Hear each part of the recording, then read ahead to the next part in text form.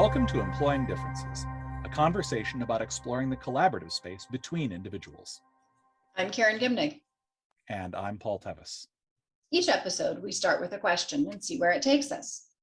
This week's question is, how do I do something different?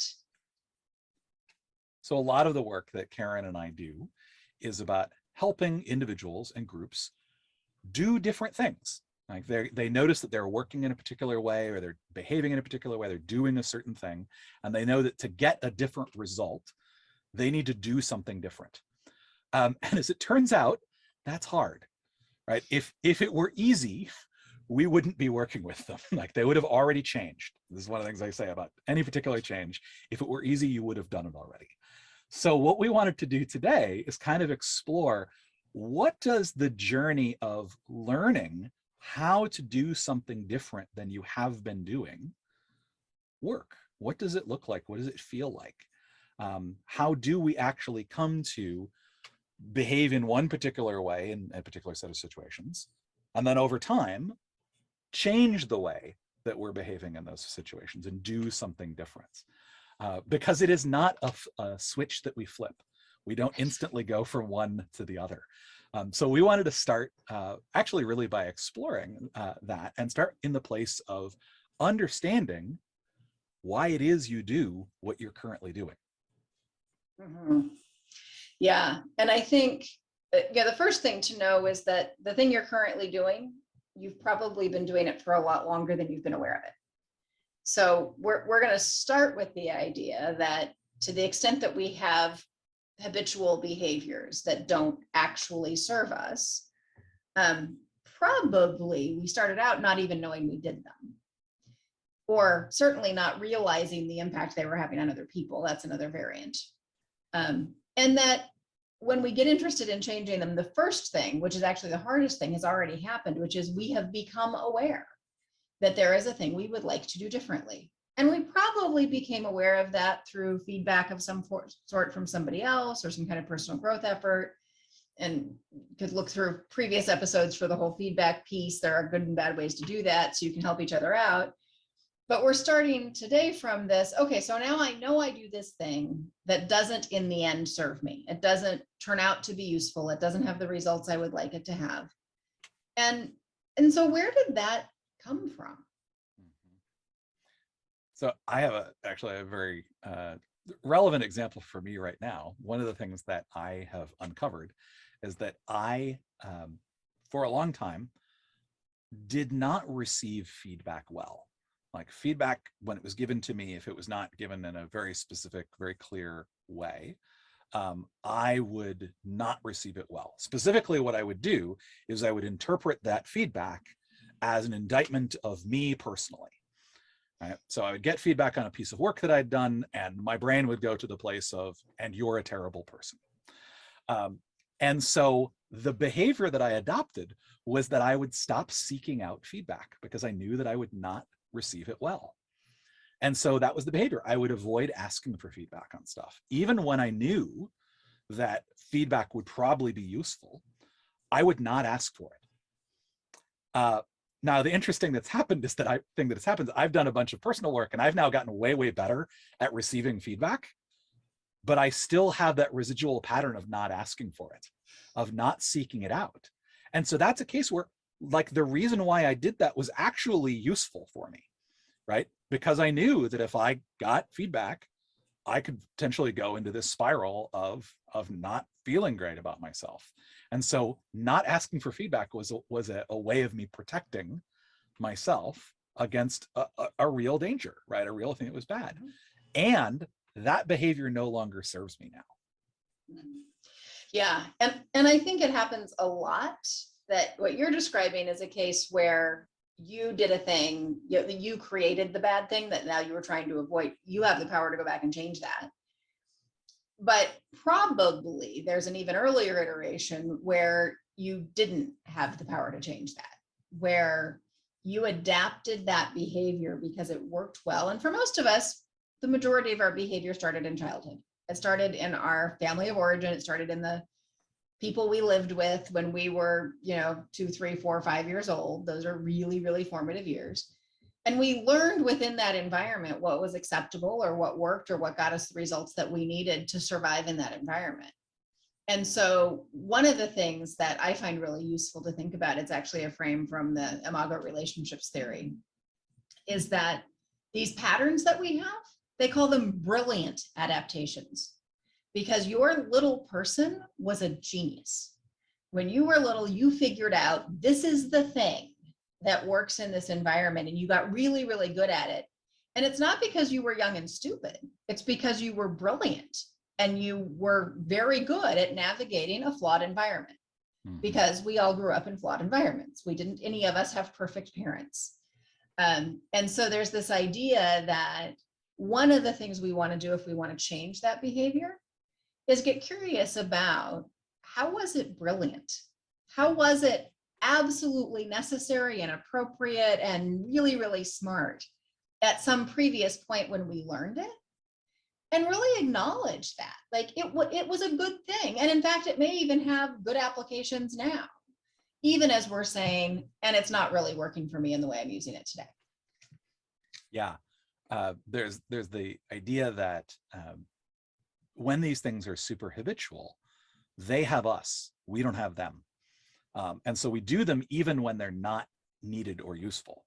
But I love the idea of sort of thinking about these, right, as brilliant strategies, because it is not useful, if we want to change that behavior, for us to look at how we act in those situations and beat ourselves up about it, right? And pile shame on top of these old behaviors, right, of these existent behaviors, because they are super useful, right? We did them for a reason. And saying like, oh, we're a terrible person because we keep doing these things, doesn't help. It doesn't actually help us to do something different.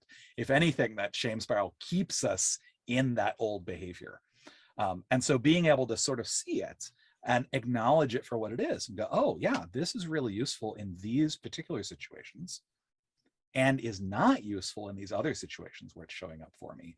Those are the situations where I want to learn how to do something different, I think is a really important part of that journey of recognizing where it came from, where it is useful, and where it's showing up but is not useful, rather than just saying it's never useful. Mm-hmm. Yeah. And I think that for most of us, we are in behaviors when we're in certain stories, when we're in certain, right? So there may be, when this thing happens, when I'm receiving feedback, particularly if it's critical, that I know I go into this pattern, to borrow your example. And so you can sometimes get there. And so, okay, I'm receiving feedback. I know I'm in danger of this pattern. I know I want to shift it. Most of us don't get there that easily.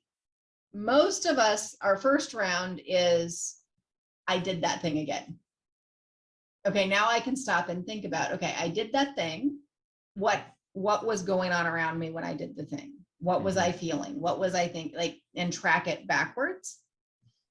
And this is your shame piece of the tendency is to say, oh, I did that thing again.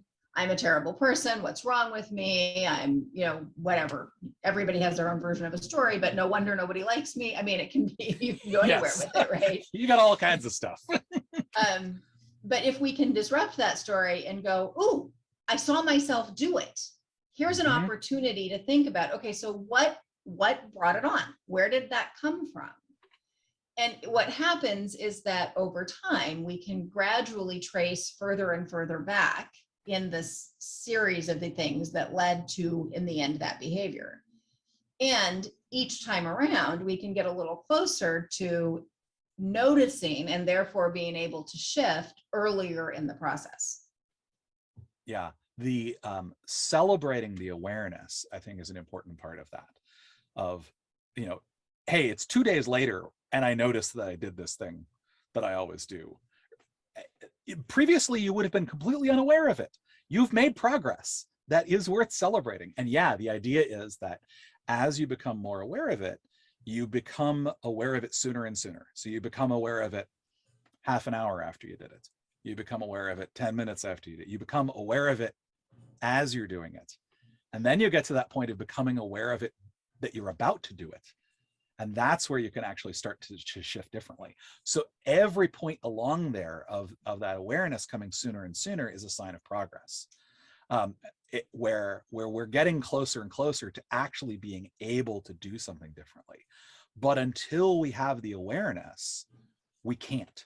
We're just going to keep doing the thing that we've always been doing. And so celebrating that rather than piling shame on, I think is really useful. You and I have talked before about how there's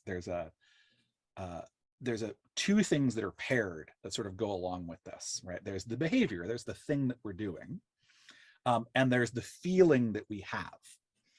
And what's interesting is that, like, sometimes we may have an awareness of the feeling, which clues us into the fact we're about to do the behavior, or we may notice we're doing the behavior and then go, oh, I guess I'm having that feeling now, aren't I? And it's interesting that for different people, we have an awareness of one or the other first. Mm-hmm. And I think the key there is to notice that each is a cue to the other, right? So that if you're a person who is more aware of feelings, then paying attention to, okay, I'm noticing that feeling. I'm noticing the anxiety that leads me into this defensive behavior, or I'm noticing the sort of lack of control around me that leads me to sort of step in and, be more forceful in something, or whatever it is, right?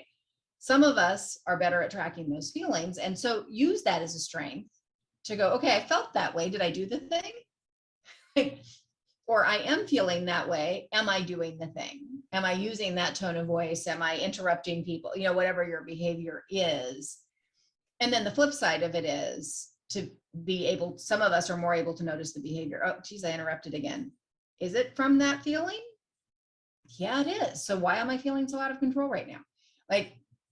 And either one of them is going to help you track. And as you get the linkage, this feeling and this behavior tend to go together, then you've got more abilities to be aware of it and to notice it and to see it coming. And that whole package gives you the step further back, which is, what are the conditions under which this happens to me?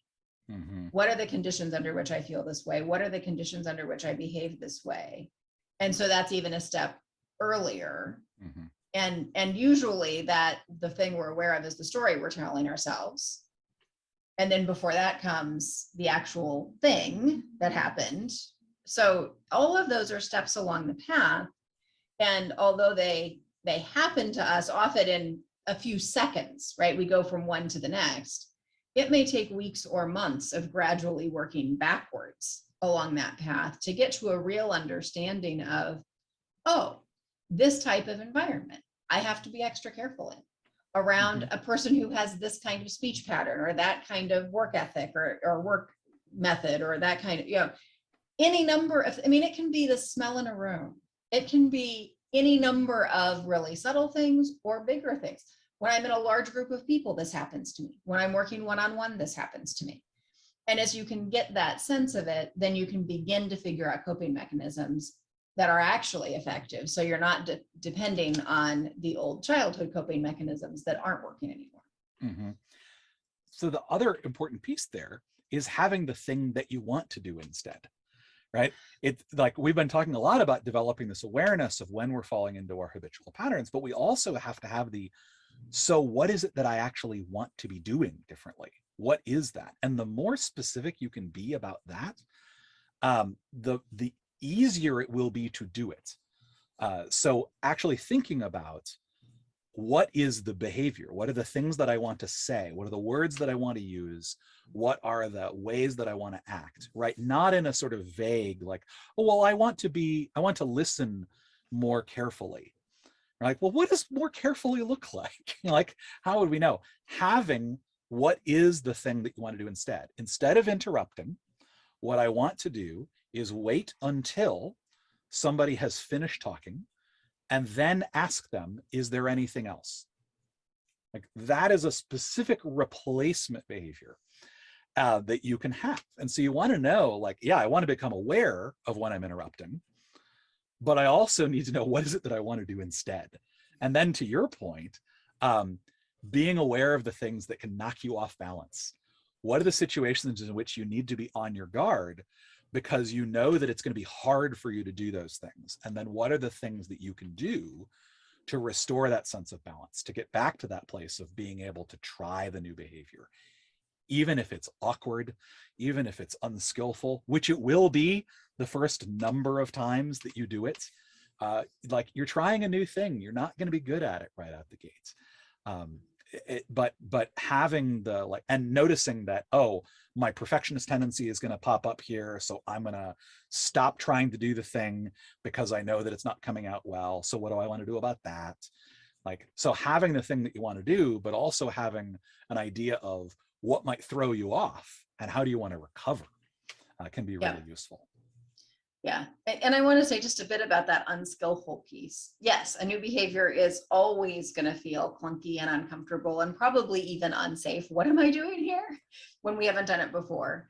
And sometimes the reason we're not succeeding in getting a new behavior on board is actually that we are lacking a skill. Mm-hmm. And so it's stunning actually how much we aren't good at listening. We may want to go build a listening skill. And I think we've talked about that in other episodes of ways to actively do that. But whatever that thing is, if in fact, okay, I know I want to do this behavior, but every time I try it, it goes sideways. Maybe the thing is to keep trying it, but maybe the thing is to go get some training in that in some way, whether it's to read a book or to do some practicing or to get with a partner and help them, have them help you walk through that.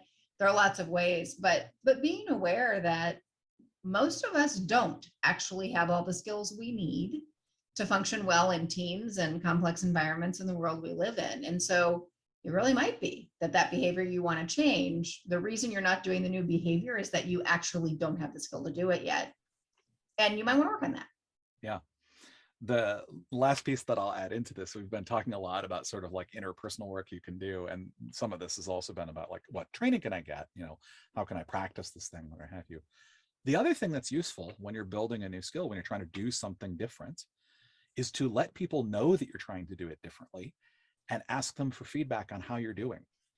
Because it might feel super weird and awkward to you and is super useful and effective for the people that you're trying it with, right? You're like, I think that just went horribly. And they're just thinking, I actually got to finish my sentence. I actually got to say everything that I wanted, right? And so setting up an agreement with people and just saying, hey, one of the things I'm trying to get better at is not interrupting. I'm going to ask you for feedback about that as we move forward. Would you be willing to let me know how I'm doing? Because, and getting, you're giving them permission, but you're also getting them to pay attention to a specific thing, right? Not just, can you give me some feedback? It's like, I'm trying to get better at this. Could you let me know how it's working? Right. And how is it landing with you? Because you're probably doing it so that you have better interactions with them. And just even asking for that kind of feedback, letting them know that you're trying to work on it and that you value their impression of it is going to build a stronger relationship with them, which is probably going to improve things, even if you don't actually get better at it. But being very specific about, I'm working on this thing, I'm trying to do X instead of Y. Could you let me know how I'm doing? Yeah. So I think where we sort of trapped here is, when I notice behavior that I want to change, how do I go about that? How do I do something different? The first thing is, you've already done the first hard part, which is becoming aware that you do a thing that you don't want to do. So give yourself credit for that. And then just know that there's a whole line of cause and effect that results in the behavior that we're doing, and a whole process towards undoing that. So what we're really looking for is increasing awareness and curiosity about, where is it coming from, and where in the pattern of where it's coming from can I begin to recognize it, and really avoiding the shame trap of, oh, I did that thing again, what is wrong with me, and all the stories that we can tell ourselves about that. And instead telling ourselves the story of, this was a brilliant adaptation once. Like, I was brilliant when I learned how to use this, and it's not working for me anymore. And so having that sort of positive mindset about it of this is going to take some time and I am making progress and tracking feelings and behaviors and all of the sort of circumstances around it. So you can take those positive steps and getting help from those around you, either to learn skills or to get feedback, that making it more of a team effort. You don't have to be in this by yourself. Absolutely. Well, that's going to do it for us for today. Until next time, I'm Paul Tevis. And I'm Karen Gimnick. And this has been Employing Differences.